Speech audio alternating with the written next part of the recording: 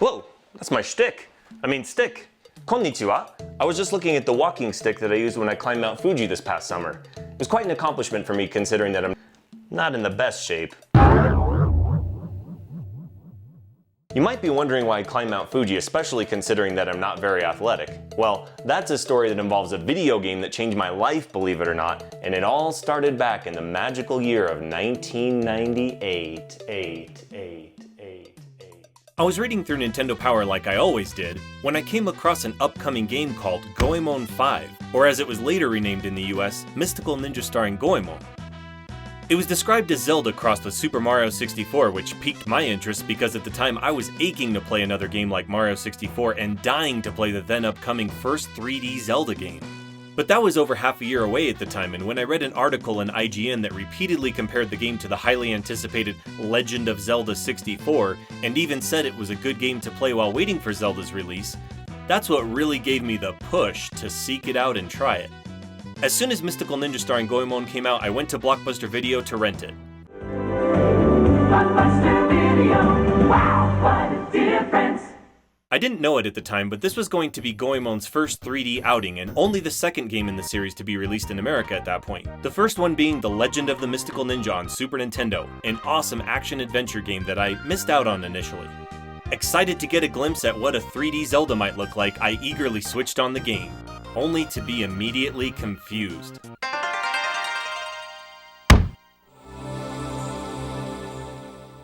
What is this? Did they accidentally give me a Japanese copy of the game at Blockbuster? It's worth noting that at this point in my life, despite a short-lived fascination with Japanese culture in 3rd grade, and being a big fan of video games since kindergarten, I may not have been acutely aware that most of the games I love, like Mario and Zelda, were in fact Japanese. Unlike older Japanese games that received the Western treatment in order to make them more palatable to Western tastes, it immediately became obvious how unabashedly Japanese this game truly was.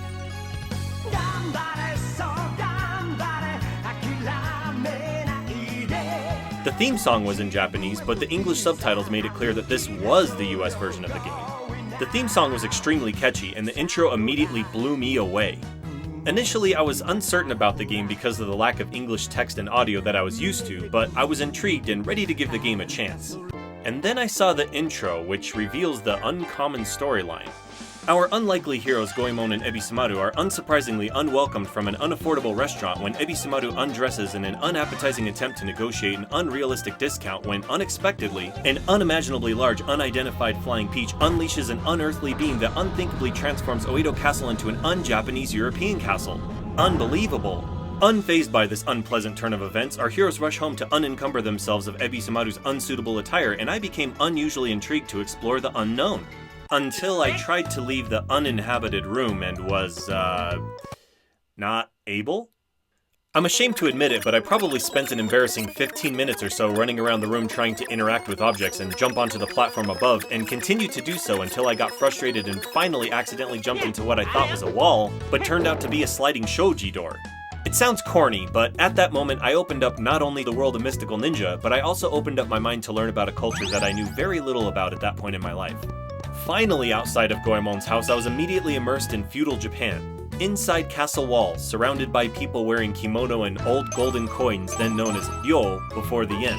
I was intrigued, but still skeptical. At the time, I wasn't a big fan of walking around towns talking to people for information, but running around the world, it felt a lot like Mario 64, though the town exploration and conversing with NPCs made it clear that this was more of an action-adventure game akin to Zelda. I actually didn't really get into this game until I finally left the town for Kai Highway on the way to Mount Fuji and got to experience the action part of this action-adventure game. The graphics and some of the action felt like parts of Mario 64, and that's what initially reeled me in. Although the graphics are comparable to Mario 64, where Mario uses a more generic color palette of primarily primary colors, Mystical Ninja uses a broad range of subtle to brilliant colors to show off the Japanese scenery, and makes you feel like you're in the land of the rising sun. Vibrant sunsets, gorgeous cherry blossom trees, ancient shrines, temples, and famous Japanese landmarks immerse you in a cartoonish fictional version of Edo period Japan. Although the setting is old Japan, it quickly becomes clear that this game isn't concerned about sticking with tradition. Bazookas, robots, and teleportation devices appear alongside swords, ninjas, and dragons. But nobody in the Edo period gives them a second look.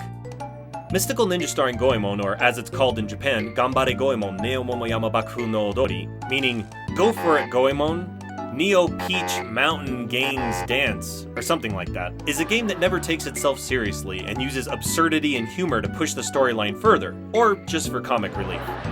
Relief from all the other comical events, I suppose. On the subject of comical events, back to what we're doing in this weird, wacky world. Trying to save Japan from being transformed into a giant stage by two crazy performers and the rest of their Peach Mountain gang. In order to do so, you'll need the help and special abilities of our four heroes. Goemon, Defender of Justice, is a character based on historical figure Ishikawa Goemon, or the Japanese Robin Hood. Faithful sidekick Ebisumaru, based on Konami's lead producer of the Ganbare Goemon series, Etsunobu Ebisu. Secret Agent Ninja Yae, and Mechanical Ninja Sasuke, based on the fictional ninja character of Japanese folklore Sarutobi Sasuke. In typical Zelda fashion, you're in a big world, in this case Japan, where you can more or less freely move about, but advancing to new areas is restricted based on your abilities, which controls the game's progression. Exploration and backtracking are a must, because you'll find areas and obstacles that can't be passed unless you have a certain item or ability. You have to utilize each character throughout the game in order to overcome these barriers, because each have their own special weapons and abilities. Goemon can use his chain pipe. No, not to chain smoke, but to grapple to star blocks. And he can use his Super Saiyan-like strength to move heavy metal boxes that block your way. Ebisumaru can reveal ghosts and hidden items with his wind-up camera, and he can shrink to fit into tiny spaces. Yae can play her flute to summon a dragon to fly to different areas on the map, and she can swim underwater with her mermaid magic. Sasuke can blow up cracked walls with his bombs, and jump to new heights with his jetpack. They all have other weapons and abilities that come in handy, but each character plays a crucial role in completing the game. They all have their own style, and the way they move really brings out their personality. Case in point, Ebisumaru in particular has an interesting way of running. As if anyone actually runs like that. Hey Eric, can you come over here real quick? Are we doing a Ebisumaru impression, or? I think we got it. Huh? Game progression is actually very similar to Zelda. Collect information and items in town by spending your hard-earned rupees or ryo, head to the next castle or dungeon to defeat the boss, get the special item, get to the next area, rinse and repeat. What stands this game apart from Zelda is the humorous way it sets up the obstacles that stand between you and victory. Need to get across this gap to get to the castle? See the pipe maker that's honing his skills at the top of Mount Fuji to become more popular with the girls? Can't get past this roadblock? See the medium so that she can channel a spirit of someone that turns out to be alive after all. Some of the humor just comes from general silliness, like the Game Over screen that features two half-naked Japanese demons hula hooping in a club. I remember seeing this Game Over screen for the first time and thinking, what is this game? And quickly hit the start button lest my parents walk in and ask me the same question. Ooh. However, some of the humor in the game is quite smart and fourth wall breaking, like this gatekeeper that laments that now that he's finished his part, he's gonna have to stand there until you complete the game. It's pretty funny. The dialogue is responsible for a lot of the humor, even though it seems like there might have been something lost in translation. Playing it through the first time and hearing the canned laughter, I thought to myself, did I miss something? And read it again only to realize that I hadn't missed anything. Obviously, this was originally a Japanese game, and when it was localized, I'm sure the team had a hard time trying to translate jokes since Japanese humor can be very different from that of Western humor. For one thing, there are a lot of puns and jokes that rely on a knowledge of the Japanese language, such as the particular way characters speak. I played through the game in both English and Japanese, and while I'm not fluent or anything, there are some differences, like the old man that talks about giving the enemy robots in exchange for Pichi Pichi Gyaru or girly magazines, as opposed to the westernized version involving car magazines, and I can tell that the characters in each region of Japan speaks with a different dialect. Goemon speaks in an Edo period or Edoko dialect.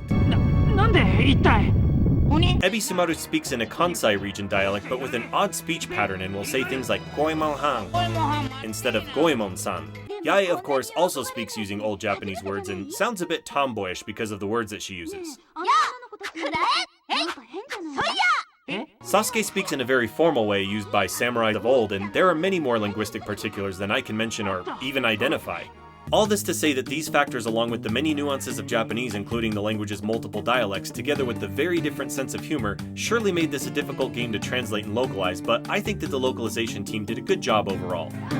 Actually, I feel like the jokes are even better with the oddly timed audience laughter after an otherwise corny sentence. It's the dialogue and sense of humor in Goemon that creates the unique charm that won me over, and I'd imagine it's the same for other fans of this game and series. It's just so different from anything I've played and so fun and goofy that I couldn't help but fall in love with it. Speaking of things worth falling in love with, this is my absolute favorite video game soundtrack of all time. Mystical Ninja starring Goemon sets a theme that's carried throughout the game, the fusion of traditional and new, which is a concept that the Japanese are very familiar with. There's the straight up traditional Japanese koto sound of Zazen Town, to the shakuhachi flute of the Tosa region, to the shamisen of the transformed Oedo castle in a kind of Japanese electronic fusion of sorts. As you progress through the castle areas, the music follows suit and becomes more complex and layered. The ambient sound is also fitting for certain parts of the game, and there's plenty of Japanese flavor to be heard all around. The music plays a big part of drawing you into the game, and the songs are so catchy they'll get stuck in your head and leave you singing or whistling them years or even decades later.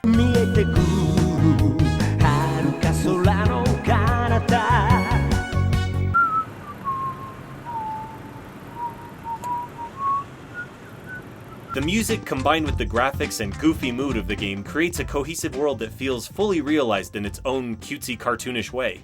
I've been a huge fan of the soundtrack since I first rented the game and even spent hours recording the 80-some-odd sounds and tracks from the game back in the days before you could easily find it on YouTube. In fact, I've been looking for a physical copy of the soundtrack for about 20 years and actually found it during my most recent trip to Japan, but it was 98,000 yen, or about $880 US, and as much of a fan as I am, it was way out of my reach. My friend Matt Papa asked the sales clerk why the CD was so expensive, and he said it was because the game was really popular and there were so few copies of it made. While I kinda regret not buying it, I know that I made the right choice because yen doesn't grow on trees after all. As incredible as the in-game soundtrack is, there are 2 theme songs sung by famous Japanese singers. The Ganbare Goemon theme is by Kageyama Hironobu, who is well known for other theme songs such as Chojin Sentai Jetman and Dragon Ball Z. The other theme song is by Mizuki Ichiro, another famous musician who sang the theme song for Kamen Rider and appropriately, Mazinger Z, since his theme song is used for the robot battles featuring the actor-singer robot Impact. Oh, and I'd be remiss not to mention the crazy robots used for the 4 giant boss fights. Goemon and friends jump into the giant Goemon look-alike Impact before rampaging across the land on their way to battle the giant robot enemy. Not having an instruction manual to teach me the moves at the time, it took me a number of tries before taking the first robot down, but this part of the game is unlike any other in the way that it controls, and it's a blast, and really adds to the many dimensions of the gameplay. Not all of the bosses are giant robot battles, however, and there are 4 other giant bosses that take up most of the screen. They aren't too difficult once you figure out their patterns, but this also brings me to one of the few downsides to this otherwise near-perfect game.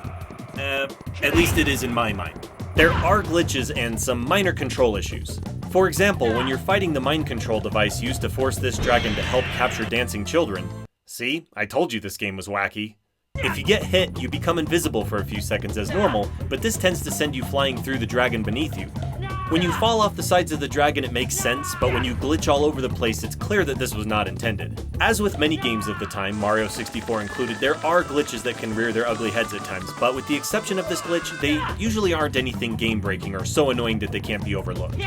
Aside from the occasional glitch or frame rate slowdown, the gameplay works well for the most part, and the platforming is usually pretty smooth. Sure, from time to time you get caught on an invisible edge of a polygon like with this horseshoe crab here, but again, I never found the platforming or controls too frustrating.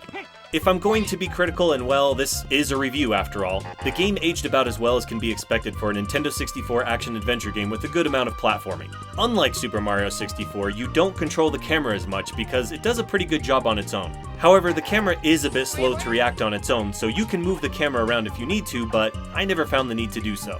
Keeping in mind that I am a super fanboy and this is my favorite game, that's me giving as much criticism as I can possibly muster. For me, fun is the point of playing a video game, and I've had more fun playing this game than any other.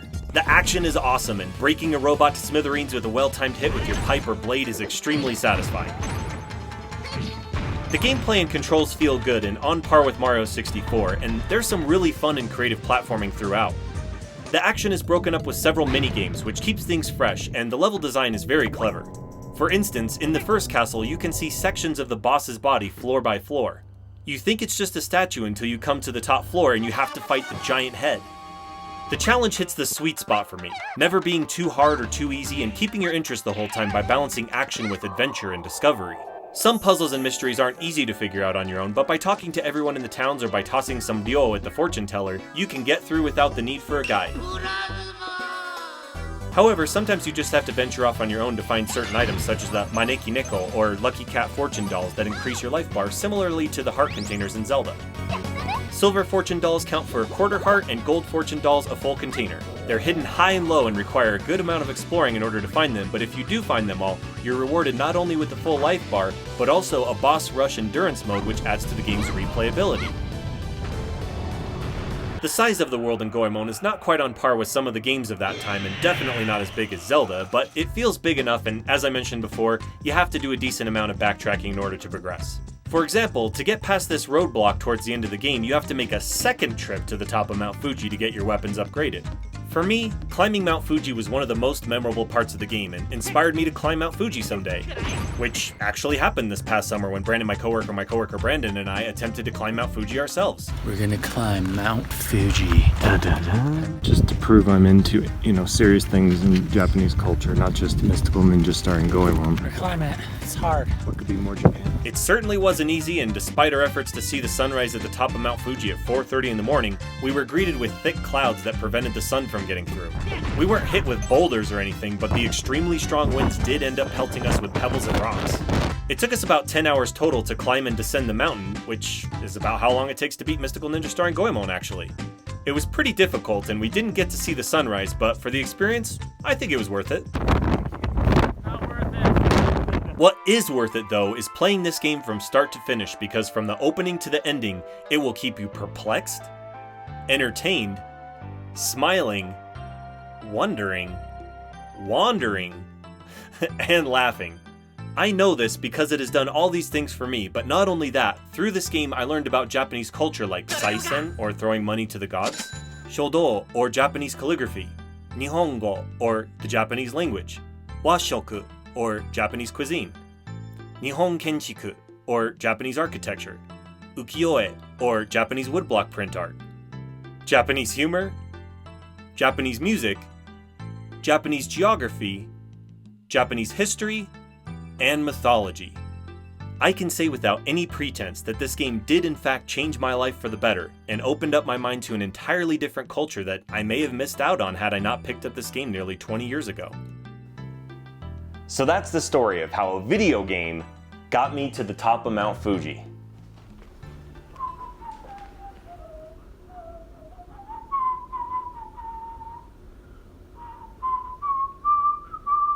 As in these